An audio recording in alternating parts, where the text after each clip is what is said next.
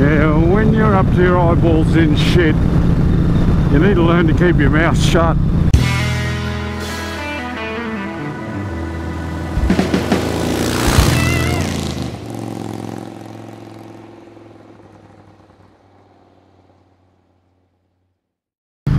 Go everybody, welcome back. Didn't I unleash World War III last night? And you know, I knew that would happen, and I guess it had the desired effect in that it triggered a conversation. But there's a couple of points I really want to make. First of all, what we don't want is hate speech. Now, my views were very strong.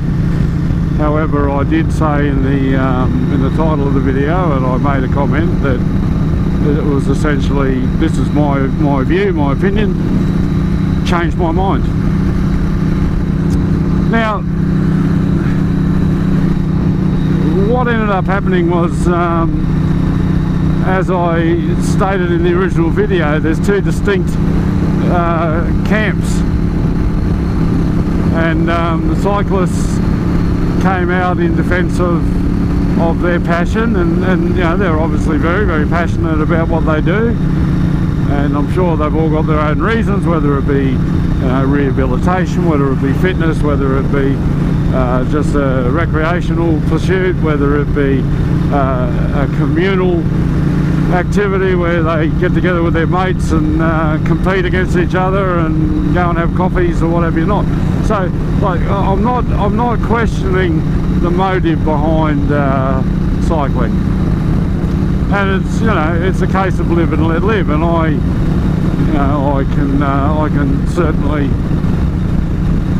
can certainly sympathise with that. One of the points that was made that was very valid, and look, there were some dickheads. You know, you're full of shit. I got messages on Facebook, and I even got guys saying I'm unsubscribing, and you know, I'm bigoted, and you know, the reality is that what you're doing by doing that is exactly what you're accusing me of. So, but I guess we need to take stock a bit here. There is a couple of very important points. One of them is, I think somebody made a comment about why don't we just ban motorcycles, and there were a couple of comments about how, you know, if you were to do a risk assessment, motorcycles wouldn't get through either. And I guess that's a very valid point. And here in Tasmania, we have a very disproportionate number of motorcycle deaths. And sadly, a lot of them are in the north of the state, and a lot of them are mainlanders. So people who come to Tasmania to come and enjoy our roads, that don't necessarily respect them enough, get off the boat, wind on the throttle, and the first corner they come to, they realise that they're not in Kansas anymore. Now, it's those roads, and it's those that kind of danger that is precisely why I think that many of the roads in Tasmania are inappropriate for push bikes. Now, don't get me wrong, and I did say this in that video, but I didn't make it abundantly clear. There are roads that have already been built that can accommodate them. You know, they're wide enough, they've got bicycle lanes, there's plenty of room. That's fine, I've got no problem with that. But there's many roads in Tasmania that are totally inappropriate to be riding push bikes on, and it's purely a speed related issue, because there are a lot of roads that have blind corners and crests and are quite narrow and have high posted speed limits, 80, 100 kilometres an hour, some are 110. and bikes are allowed on those roads because it's open slather here. You can ride anywhere you damn well please, but that doesn't mean that you should. So what's the answer? There's a couple of very, very, very good suggestions in the comments section about how governments can improve the safety of all road users. And let's have a false neutral, Ducati.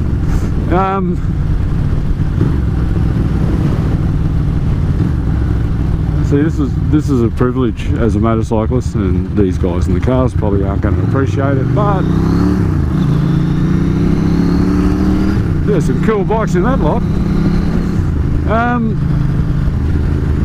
So where was I? Yeah, so this is the problem, and a lot of these suggestions are coming from, you know, places in Europe, etc. Bit of a wake-up call, I guess. I live in an island state. It's roughly the size of Ireland in terms of its square kilometres. We have a very extensive road network, and only 500,000 people live here. We can't afford it. At the end of the day, we can't afford the type of infrastructure that, you know, I mean, these are mountain bikers here. That's not a bad way to do it, but, and I'm about, look at all these dead critters everywhere, I'm about to merge onto a highway. Now I know in other states, like definitely in Queensland where I'm originally from, you're not allowed to ride traffic impeding vehicles on motorways and highways, so that extends to things like tractors and backhoes and, you know, slow moving agricultural equipment and push bikes. You're not allowed to ride your push bikes on the highway. You can here. So we're doing 110 kilometres an hour now. There's plenty of shoulder, so you know, you could argue that it's not that unsafe. However, if you're being overtaken by a B-double that is doing 100 kilometres an hour and you're on a push bike, you know what I mean. So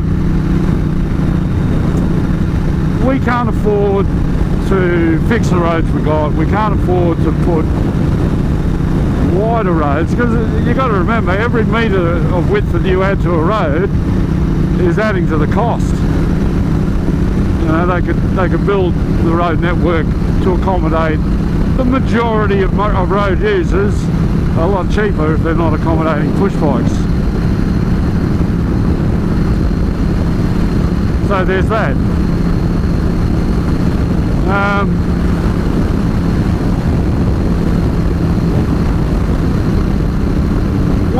One of the suggestions that I thought was actually not a bad idea was colour coding.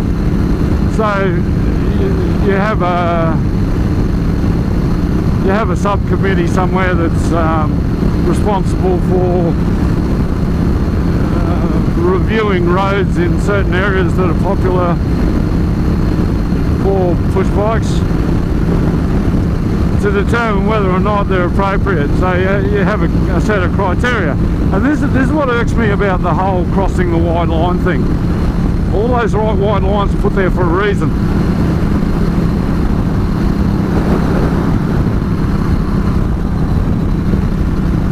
It's when they build a road, they have to assign a speed limit to that road, and they have to put safety mitigating controls in place, visual controls such as broken white line where it's safe to overtake, solid white line where it's not safe to overtake. And they actually apply a bit of science to it. Line of sight, posted speed, entrances and exits, the volume of traffic, all the rest of that comes into account. Now when the engineers go through all of that trouble and say, righto, white stripe, you're not going to cross here, only to have governments turn around and override that engineer's decision and say, no, it's all right, you can do it if there's a push bike there. No, that's not good enough. So the colour coding idea, I thought this was a good idea. You would have a stripe on the road that would designate certain colours. Certain colours would designate certain vehicles. For example, if you had a bright red stripe, would mean that you can't go on there on a push bike because it's deemed to not be safe. I think that's a good idea. Certainly has merit, because it's fairly low cost. The highest cost would be in the review process, determining whether or not it's safe, and then of course you would have the lobbyists wanting to challenge that. So if you made it up of a combination of transport industry representatives, bicycle community representatives, and somebody else with some common sense, you could probably arrive at some consensus about what is and what isn't appropriate roads. And that is my point. I'm not saying I hate cyclists. I think they should be banned completely off the road. All right, I did say that. I'm a little bit indifferent, but like I said, what it did was it prompted discussion, and some of the suggestions that were put forward by you guys in the comments were very, very good. What I didn't really like was a lot of the to and fro between other commenters getting stuck into each other, because for the guys that are in the cyclist camp, you got to accept, mate, no one likes you. I'm sorry, because nobody likes being held up on their daily commute.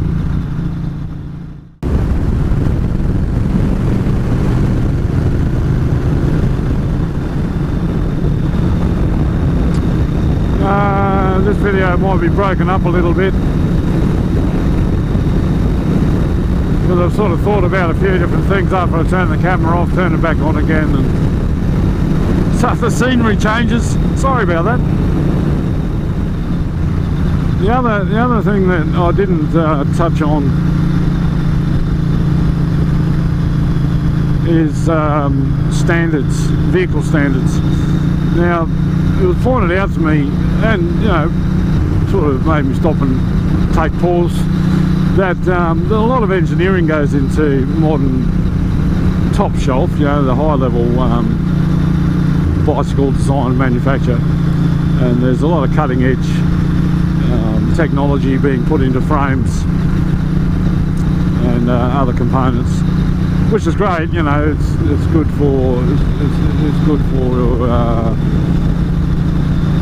for the industry, and it's good for other associated industries too, and that sort of technology can filter out.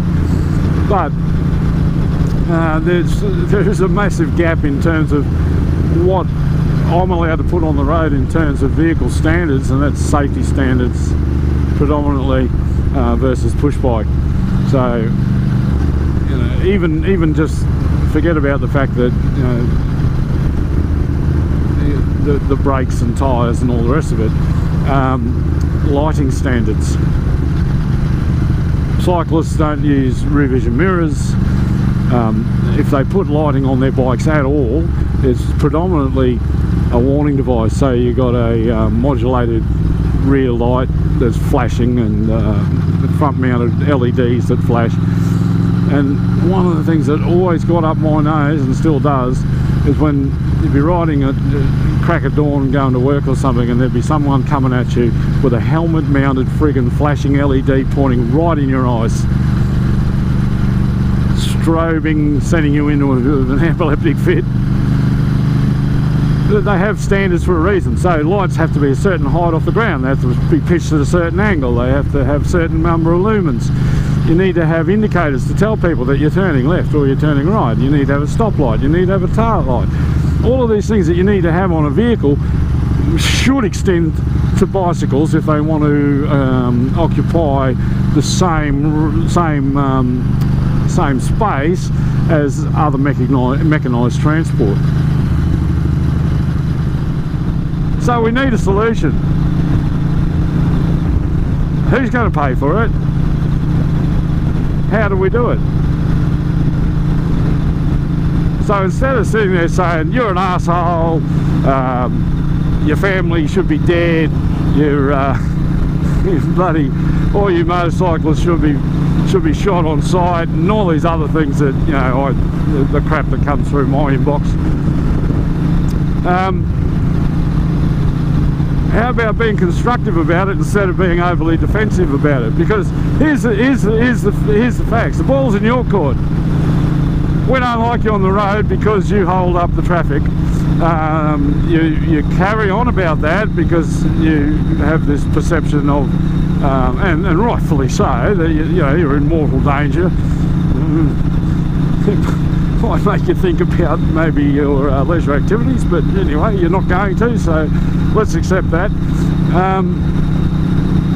So what governments do is they just change the rules. The road from Cambridge to Richmond, very, very popular with push bikes, was 100 kilometres an hour, and I used to live on that road. It's quite a distance from Cambridge to Richmond, and it's a bloody frustrating road in that it's very narrow and there's no overtaking opportunities. There's none. Oh, there's a couple of sections of broken white line. The majority of it is double white line for a very, very, very long time. And people would just go around the push bike, give them half a metre of clearance, whatever, just because they just want to get around them. They don't want to be held up. Whether you think it's ridiculous or not, people don't want to be sitting there looking at your sweaty ass crack. People don't want to be doing 20 kilometres an hour when they could be doing 100, because they've factored in their travel time. And then they get to work and their boss goes, where the bloody hell have you been? See, this is Midway Point. Coming across the bridge here, there's a cycle lane there. I had a fella tell me the other day, he was driving his car along here, and there was a bicycle right in front of him. Didn't use that, right in front of him. That's why everybody hates you.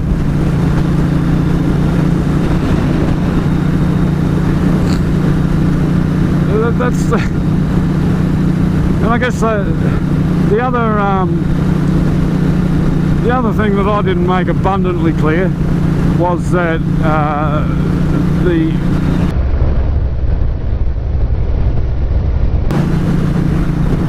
what was I saying? Oh, the other thing I didn't make abundantly clear was that I mean, I sort of pointed the finger at the push bike rider for being in the epicenter of that incident that happened to me last week on my way to work. It was the car driver, 100%. If it wasn't a case of okay, I've got enough room to get around this slow moving push bike, and then the push bike didn't speed up. If the push bike sped up on his way down the hill, then yes, the push bike's at fault. It's actually an offence to accelerate when you're being overtaken, even in a car, at least in Tasmania. Had another commenter make a point that he lived here for 27 years, and as far as he was aware, it was always okay to cross the white line. No, I disagree. I posted a link in that comment to a news article from September 2017 that was making the public aware that the distance had changed from 1 metre to 1.5 metres. And if you read down through the body of that that particular article, and I'll put a link in the description here, it does state that the laws had to be changed to allow vehicles to cross the centre line in order to accommodate the new width. That's my read on it, and that's my understanding of it, and that's kind of how it was certainly advertised here. Now maybe they didn't advertise it all that well. That never happens. But as far as I'm aware, that is when the rule changed in Tassie, that they could come across the centre line under any circumstances, provided it was safe to do so. And there's the caveat, because that's a little bit, you know, how do you legislate that? You can't. You just got to say, well, if you consider it to be safe, you do it. And I think I've crapped on long enough. So let's wrap it up. The point is, I still believe that there are a large number of roads in Tasmania that are inappropriate to ride push bikes on, because of the fact that they are a hazard to the rest of the road users. All road users have risks, and we all know what car drivers are like. They, you know, we want to generalise, so we say car drivers busy on their phone, they're not paying attention, they're listening to the radio and talking to their mate and and they're inattentive, and that causes accidents, and you're dead right, but it's not all of them. And we all know people, you know, think motorcyclists are rat bags and tear asses, and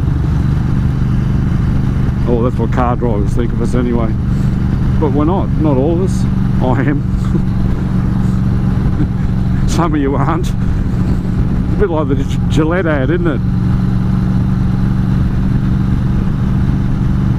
And that's kind of what we got to be careful of. We don't want to have the hypocrisy of pointing the finger at Gillette and saying, how dare you, you know, blame me, call it toxic masculinity, another made-up word, and blame me for rapes and bloody bashing women and just being a hateful man.